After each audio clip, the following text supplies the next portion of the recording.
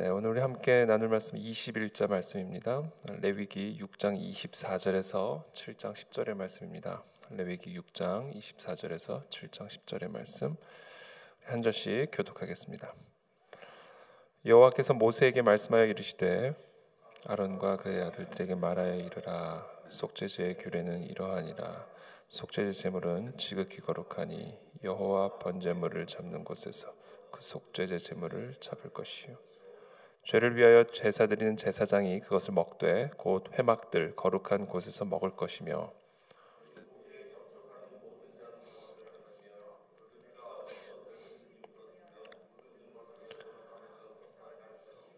그 고기를 토기에 삶았으면 그 그릇을 깨뜨릴 것이요 유기에 삶았으면 그 그릇을 닦고 물에 씻을 것이며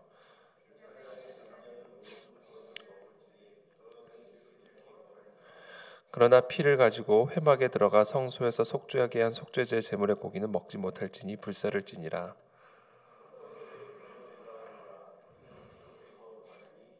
번제물을 잡는 곳에서 속건제 번제물을 잡을 것이요 제사장은 그 피를 제단 사방에 뿌릴 것이며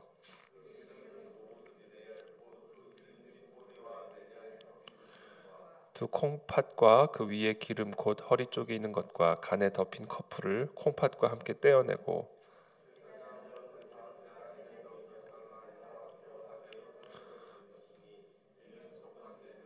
제사장인 남자는 모두 그것을 먹되 거룩한 곳에서 먹을지니라. 그것은 지극히 거룩하니라.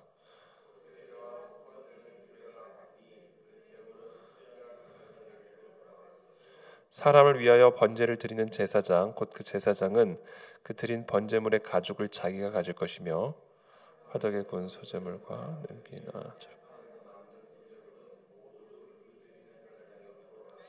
함께 읽습니다.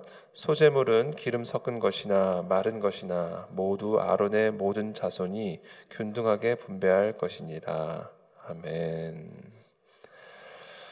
네, 우리 공동체 우리 장혜영 집사님, 장모님, 우리 변정 집사님 모친께서 박도행 권사님이신데요. 어저께 밤에 소천하셨습니다. 그래서 지금 청도에 장례식장이 지금 마련이 되어 있는데요. 저희가 오전 중에 정확한 장례 일정과 절차들을 여러분들에게도 좀 공지를 해드릴 텐데 여러분 같이 좀 기도해 주시고요. 아마 장례 주간은 그 청도에서 출석하셨던 교회에서 아마 주관을 하실 것 같습니다.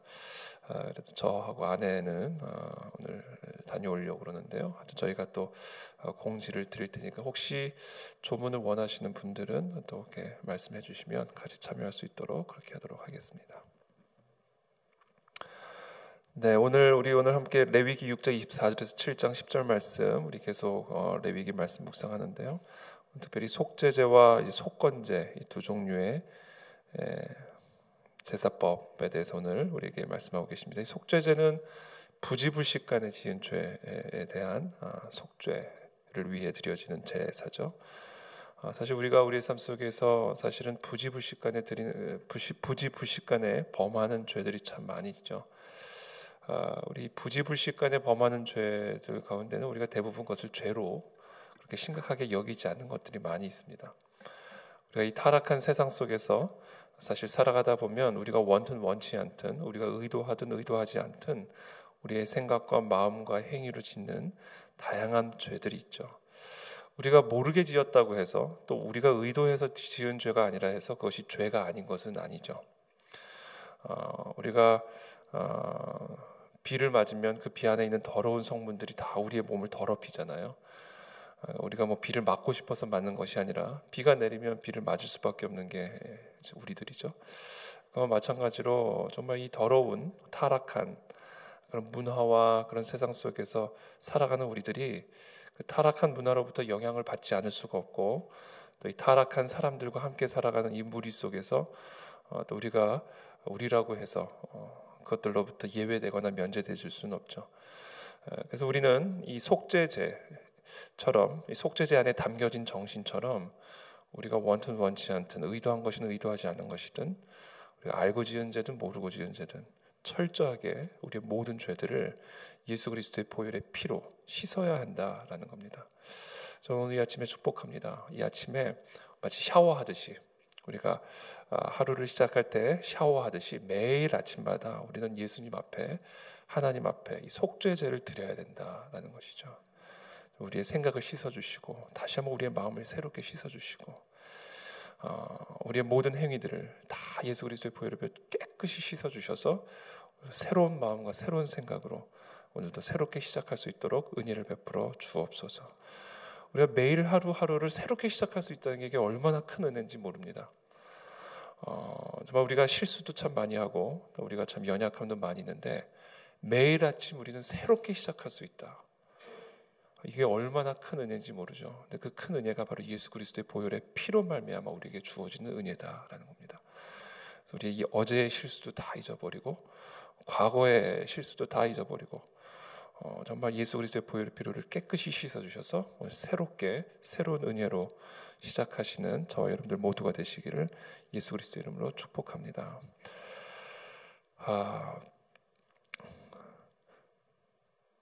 특별히 이제 동물의 죽음을 통해서 이제 죄 사함의 은혜를 누리게 되는데요. 이 동물의 죽음은 이 죽음의 형벌이 집행이 됐다라는 것을 의미하죠. 죽음의 형벌이 집행이 됐다.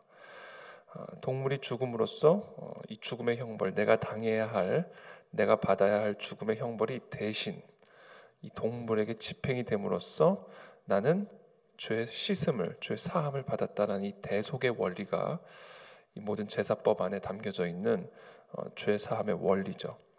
근데 참 재미있는 것은 그렇게 죽인 다음에 그렇게 바친 제물을 먹게끔 하셨습니다. 먹게끔. 26절에 보면 죄를 위하여 제사 드리는 제사장이 그것을 먹되 곧 회막들 거룩한 곳에서 먹을 것이며 그것을 먹게끔 하셨다. 좀 재밌지 않아요? 좀 약간 좀 어색하기도 합니다. 심지어 우리가 우리의 죄를 정말 사함받기 위해서 동물을 죽이고 좀 어떻게 그렇게 심각한 제사를 드리는 거잖아요. 나의 죄 때문에 이 동물이 죽고 동물이 죽음으로 내 죄 사함을 받는 아주 심각한 제사 행위를 한다면 그걸 먹어요. 맛있게. 얼마나 고기가 맛있습니까? 그걸 먹는다. 이게 어떻게 보면 슬픔이 기쁨으로 바뀌는 거죠. 슬픔이 기쁨으로. 죄 사함의 확신을 누리게 만드신 겁니다. 정말 기뻐할 수 없는 죄, 그렇죠? 슬플 수밖에 없는 죄, 그리고 나의 그 죄, 죽을 수밖에 없는 죽음의 형벌을 피할 수 없는 하나님의 거룩한 임재 앞에서 두렵고 떨림으로 드려지는 이 제사가 마쳐진 후에는 그것을 먹음으로써 더 이상 슬픔이 아닌 기쁨으로, 더 이상 죽음이 아닌 생명으로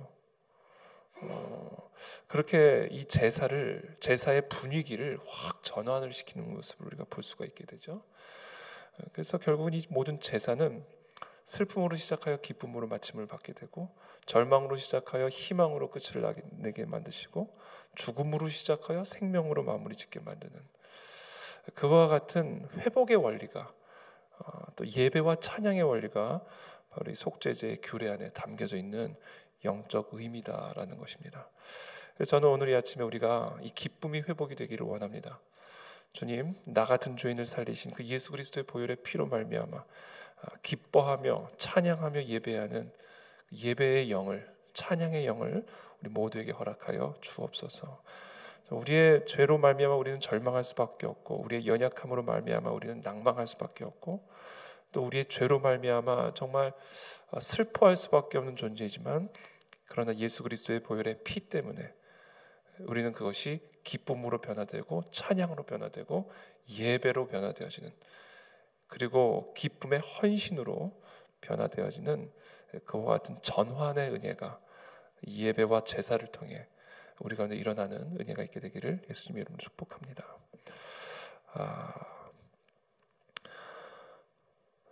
1절부터는 레위기 7장 1절부터는 이 속건제의 규례에 대해서 하나님이 말씀하시는 속건제의 특징은 이제 모든 제사법들이 다 사실은 이 죄를 사하는 그 의미를 담고 있는데 조금씩 의미가 다르죠. 특별히 속건제는 이것 역시 죄를 사하는 의미가 있는데요. 이 속건제는 특별히 윤리적인 또는 이 법적인 죄에 대한 배상의 의미를 담고 있는 제사입니다. 우리가 하나님과 인간의 관계가 깨어지면요, 반드시 인간과 인간의 관계도 깨어지게 됩니다. 아담과 하와가 하나님께 불순종했을 때 아담과 하와의 관계가 깨어지고요. 또 결국은 가인과 아벨의 관계가 깨어지고 그 가정의 관계들이 가족의 관계들이 깨어지는 것을 보게 되죠. 그러니까 하나님과 인간의 이 수직적인 관계가 깨어질 때 인간과 인간 사이에 어떤 수평적인 관계 역시 동반적으로 무너지고 깨어지는 그런 흐름을 우리가 보게 되죠. 하나님과 인간이 하나님 앞에서 어떤 의미로든 어떤 방식으로든 부지불식간이든 어떤 방식으로든 지은 죄를 속죄죄를 통해서 하나님께서 회복하게 하셨다면 이 속건죄는 특별히 인간과 인간 사이에 범하게 된 어떤 특별히 윤리적인, 특별히 법적인 어떤 그런 죄를 용서를 받을 뿐 아니라 하나님 앞에서 용서받을 뿐 아니라 더 나아가 그 죄에 대한 배상을 하는 이 배상의 성격이 이 속건죄에게는 추가되어 있음을 우리가 이해할 필요가 있습니다. 그래서 이 속건죄의 규례는 이러하니라. 이는 지극히 거룩하니 번제물을 잡는 곳에서 속건죄 번제물을 잡을 것이요 제사장은 그 피를 제단 사방에 뿌릴 것이며 그 기름을 모두 들이되 곧 그 기름진 꼬리와 내장에 덮인 기름과 또 콩팥과 그 위에 기름 허리 쪽에 있는 것과 간에 덮인 컵불을 콩팥과 함께 떼어내고 제사장은 그것을 다 제단 위에서 불살라 여호와께 화제로 드릴 것이니 이는 속건제니라. 제사장인 남자는 모두 그것을 먹되 거룩한 곳에서 먹을지니라. 그것은 지극히 거룩하니라.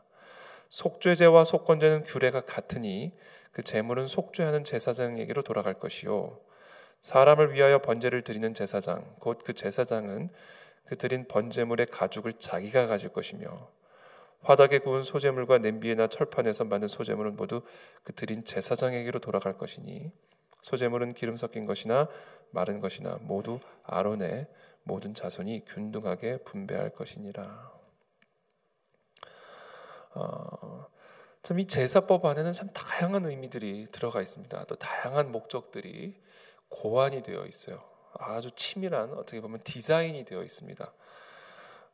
그래서 참 많은 부분들을 우리가 보게 되고 또 묵상하게 되는데요. 일단 기본적으로 제사 안에는 하나님 앞에 우리의 모든 죄를 대속받는 이 동물의 피로 말미암아 우리의 인간의 죄가 대신 죄 사함을 받는 이 대속의 은혜의 의미가 담겨져 있고요. 그리고 이것은 우리가 장차 오실 예수 그리스도의 그 대속의 은혜를 예표하고 있는 것이고요. 그걸 단순히 예표할 뿐 아니라 그것을 또 교육하고 있는 교육적인 목적도 이 제사법 안에 들어가 있죠. 그래서 오랜 시간 동안 이런 제사를 드린 자들이 예수 그리스도의 그 십자가 사역을 범으로써 딱 이것이 바로 우리가 그동안 드렸던 이 제사의 의미였고 그 제물로 오신 분이구나라는 것을 이해하기 위한 교육적 목적이 있고요. 또 한 가지가 이제 이 목적 중에 하나가 우리 이 제사를 드리는 이 백성들의 영적인 그런 어떤 피로들을 채워주기 위한 영적인 피로를 채워주기 위한 그런 목적도 이 안에 있죠. 그와 같은 제사를 드림으로써 이 백성들이 하나님의 은혜를 경험하고 하나님의 임재를 체험하고 또 제사장을 통해서 매게 되어지는 하나님의 축복을 이 백성들이 누리게 되는 그래서 그들의 이 육신의 삶, 이 땅에서의 삶을 하나님의 은혜로 영위하게 만들어가는 그와 같은 목적도 고안이 되어 있죠. 이 영적인 필요들, 이 하나님의 백성들의 영적인 필요들을 위한 의미도 이 안에 고안이 되어 있습니다. 또한 오늘 아까 좀 전에도 좀 말씀드린 속건제 안에는 이 배상의 성격이 있죠. 우리 인간의 죄로 말미암아 피해를 입은 자들에게 배상하고 보상하는 이런 사회적인, 윤리적인 또 법적인 의미도 이 안에 포함이 되어 있고요. 그래서 단순한 종교적인 제사일 뿐 아니라 이것이 사회적이고 또 법적인 또 관계적인 회복의 의미도 담겨져 있습니다. 특별히 마지막으로 오늘 특별히 우리 이 본문에서 우리가 확인할 수 있는 것 하나는 이것이 단순히 하나님의 백성들 또는 피해를 입은 자들 또는 하나님을 위해서만 이 제사가 고안이 된 것이 아니라 제사장과 그 가족들, 그 자손들을 위해서도 또 이 제사가 이 예배가 또 고안이 되어 있음을 또 우리가 확인하게 되는 것이죠. 사람들이 자신의 죄를 대속받기 위해서 드린 그 번제물의 가죽을 제사장이 가져가게 하셨다라는 겁니다. 지금도 그렇지만 가죽은 참 중요한 가치가 있는 그런 거죠. 그래서 이 8절에 보면 사람을 위하여 번제를 드리는 제사장, 그 제사장은 그 드린 번제물의 가죽을 자기가 가져갈 것이며, 또 화덕에 구운 소제물과 냄비에나 철판에서 만든 소제물도 다 제사장에게로 돌아가게 만드셨고, 또 소제물은 기름 섞인 것이나 마른 것이나 모두 아론의 모든 자손이 균등하게 분배해서 제물로 바쳐진 것들을 제사장과 그 자손들이 삶을 영위해 가는데 필요한 그러한 생활용품이라고 해야 되나, 그렇게 삶을 영위해 가는데 필요한 물품으로 쓰여지도록 그렇게 또 하나님이 고안하셨음을 우리가 보게 됩니다.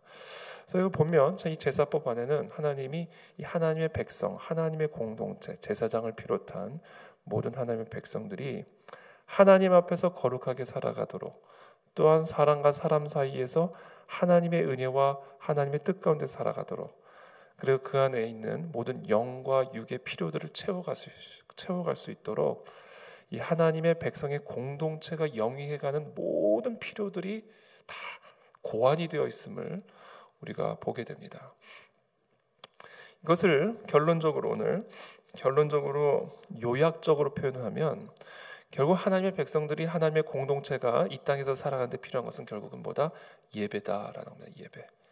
하나님 앞에서 올려드리는 향기로운 제사, 향기로운 예배가 우리 모든 하나님의 백성들의 삶의 중심이 되어야 하고, 바로 그 예배가 우리 모두의 삶의 중심이 되어질 때 우리의 모든 영적, 육적 필요들이 공급받고 채워지는 그와 같은 하나님의 공급하심과 하나님의 축복하심을 우리가 누리게 된다라는 겁니다.